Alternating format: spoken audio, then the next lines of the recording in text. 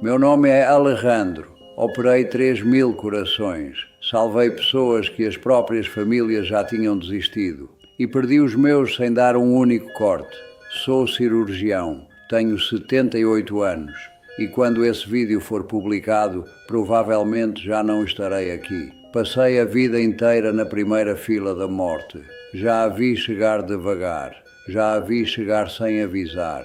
Já a adiei com essas mãos mais vezes do que consigo contar. E a única coisa que sei com certeza absoluta, daqui, do final, é que você está cometendo o mesmo erro que cometi. Você está esperando e o tempo não espera. Quero-te falar de um homem chamado Marcos. Era cardiologista, 44 anos, o melhor da sua geração. Conheci ele num congresso em Viena em 1987. Terno impecavelmente passado, mãos firmes, a segurança de quem sabe exatamente para onde vai. A gente tomou uma dose uma noite e ele disse algo que não consigo esquecer há 37 anos. Alejandro, mais 3 anos, só 3. Quito a hipoteca, termino o estudo e aí sim, aí eu dou o tempo que minha família merece. Aí eu começo a viver. 3 anos. Ele tinha um plano, tinha um mapa. 4 meses depois, Marcos entrou num plantão numa segunda de manhã, sentou na cadeira e não se levantou mais. Aneurisma cerebral, na hora, nunca quitou a hipoteca, nunca terminou o estudo, nunca viveu. Fui buscar as coisas dele no consultório 2 semanas depois.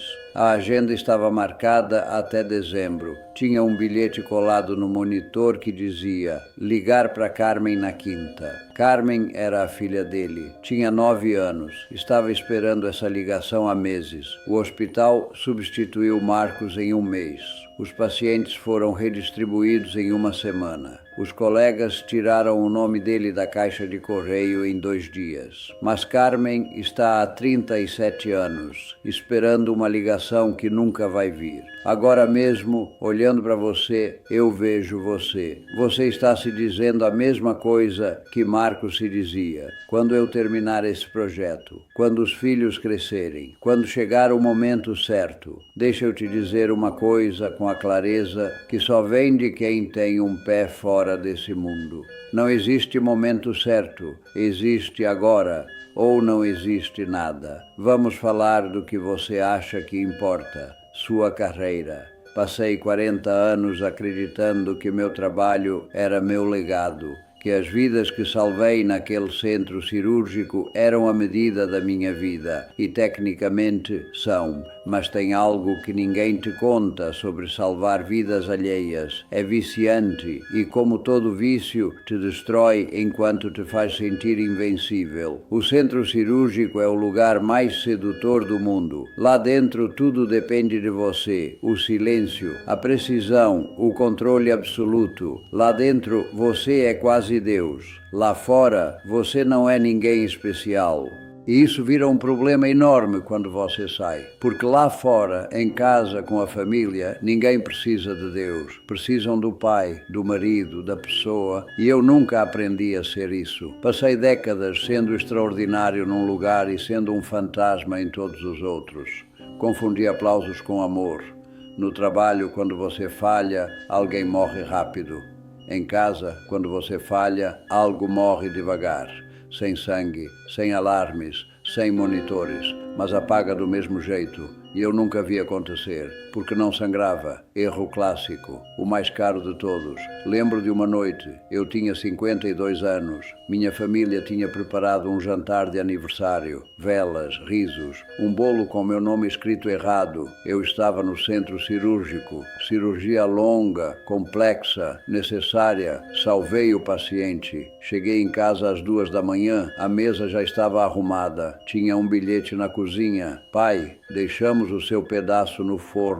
Estava frio. Esquentei sozinho, de pé na frente do micro-ondas, em silêncio. E enquanto comia aquele pedaço de bolo frio às 2 da manhã, achei que tinha tido um bom dia. É isso que mais me assusta na minha história, não o que perdi, mas quanto tempo levei para perceber que estava perdendo. Há 1 ano encontrei uma caixa no depósito, desenhos dos meus filhos, cartas que nunca abri, boletins escolares. Em quase todos os desenhos tinha uma figura de jaleco branco, sempre longe, sempre de costas, sempre indo embora. Em um deles, minha filha tinha escrito: "Meu pai salva vidas", e embaixo ela tinha acrescentado 7 palavras que me partiram ao meio: "Mas ele quase nunca está em casa." Não era uma reclamação, era uma descrição, e é isso que mais dói, quando a ferida é simplesmente exata. Você não precisa ser cirurgião para se reconhecer nisso. Você só precisa ser alguém que colocou o trabalho na frente das pessoas. E se você está sendo honesto consigo mesmo agora, sabe exatamente do que estou falando. Deixa eu falar do que você tem. Tive casa grande, carros de luxo, todos os símbolos de sucesso que você supostamente deveria perseguir. Agora moro num quarto, tenho uma cama, tenho uma cadeira, tenho uma foto da minha esposa, e te digo isso com a clareza absoluta de quem está na linha de chegada. Tudo o resto era lixo futuro. Nunca uma vez na vida vi um caminhão de mudança seguindo um carro de luto. Quando você morrer, seus filhos vão contratar alguém para entrar na sua casa e jogar 90% das suas coisas preciosas no lixo. Os outros 10% vão vender numa feira por nada. Isso é o seu materialismo, lixo futuro. Por que você trabalha 60 horas por semana para comprar coisas que vão acabar no lixo? Por que você perde a infância dos seus filhos para pagar um carro que fica preso no mesmo trânsito que o de todo mundo? É uma loucura, e você não vai perceber que é uma loucura até estar sentado onde estou sentado. E aí já vai ser tarde demais para devolver a mercadoria. Quero que você saiba uma coisa sobre o que você realmente lembra no final. Você não lembra das cirurgias bem-sucedidas, não lembra dos prêmios, não lembra dos reconhecimentos, nem das capas de revista, nem dos congressos. Você lembra dos domingos, você lembra do som dos seus filhos rindo quando eram pequenos, lembra das conversas sem pressa, lembra dos momentos em que você estava de verdade presente, sem celular, sem cabeça em outro lugar, só ali. Essa é a única riqueza real. E eu desperdicei durante décadas achando que estava construindo algo importante. Me convenci de que estava construindo segurança para minha família. O que eu estava construindo de verdade era a minha ausência. Tem uma diferença enorme entre prover e estar presente. E eu confundi os dois por 30 anos. 3 dias atrás, meu filho veio me ver aqui.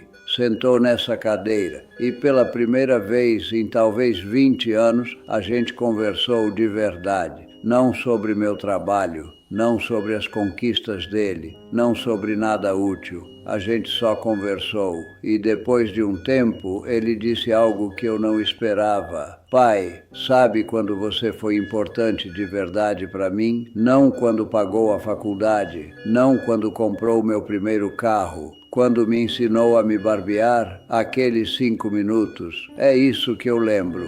5 minutos, na frente de um espelho.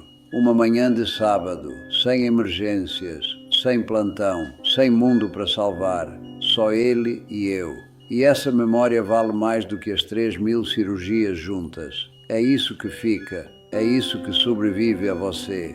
Agora estou deitado numa cama de hospital, sem jaleco, sem bisturi, sem controle sobre nada. Tenho um monitor registrando meu ritmo cardíaco. A vida inteira fiquei de olho nos batimentos dos outros. Agora alguém fica de olho nos meus. E daqui, com essa clareza que só vem no final, quero te dar 3 coisas concretas. Não filosofia, não teoria. Coisas que você pode fazer hoje, no momento em que terminar de ler isso. Ele não existe. Marcos esperou 3 anos que não vieram. Eu esperei décadas que vieram vazias. Tem uma mentira que você se conta todo dia. Talvez seja uma dessas. Vou ser um pai melhor quando a pressão do trabalho diminuir. Vou ligar para minha mãe quando tiver mais tempo. Vou dizer o que sinto para essa pessoa quando encontrar o momento certo. Isso não é planejamento, é procrastinação emocional. E tem o mesmo final que a história do Marcos. O momento perfeito para estar presente para as pessoas que você ama é agora. O momento perfeito para dizer o que precisa dizer é agora. O momento perfeito para estar é agora. Porque o relógio não para enquanto você espera o momento perfeito. E quando você finalmente chegar lá, pode não ter mais ninguém te esperando. Toda vez que você fizer algo, qualquer coisa, lembre que um dia você vai fazer pela última vez. Um dia você vai abraçar sua mãe pela última vez. Um dia seu filho vai te pedir para ler uma história para dormir pela última vez. Um dia você vai tomar café numa manhã de domingo com alguém que ama pela última vez. Você não sabe quando. Pode ser daqui a 10 anos, pode ser amanhã, pode ser hoje. Se você viver com essa consciência, nunca mais vai deixar um momento passar sem habitá-lo. Vai saborear o café, vai segurar o abraço um segundo a mais, vai escutar de verdade, em vez de só esperar a sua vez de falar. Aprendi isso tarde demais. Você ainda tem tempo de aprender. Não é sua carreira. Sua carreira é uma transação. Você está vendendo horas da sua vida que nunca vai recuperar para construir o castelo de outra pessoa. Se você morrer hoje, a vaga do seu cargo vai aparecer na internet antes do seu obituário. Sua empresa não vai entrar em luto. Seus clientes não vão chorar. O mundo vai continuar girando no dia seguinte. E não tem nada de errado nisso. É assim que funciona. O que é errado é confundir isso com legado. Seu legado real são as pessoas que você mudou, as conversas que você teve quando não tinha tempo, mas foi assim mesmo, a presença que você ofereceu quando não era conveniente oferecer, o abraço que você deu quando estava exausto, mas ficou. É isso que fica, é isso que sobrevive a você, é a única coisa que realmente importa. Não estou te contando isso para você se sentir culpado. Culpa não serve para nada. Já vi gente suficiente morrer para saber que ninguém, nos últimos momentos, pensa nos próprios erros. Pensa nas pessoas, sempre nas pessoas. Estou te contando isso porque você ainda pode. Eu já fiz as minhas cirurgias, mas você ainda tem tempo de fazer a mais importante de todas, a da sua própria vida. E ao contrário das que eu fazia naquele centro cirúrgico, essa não precisa de formação, não precisa de instrumentos,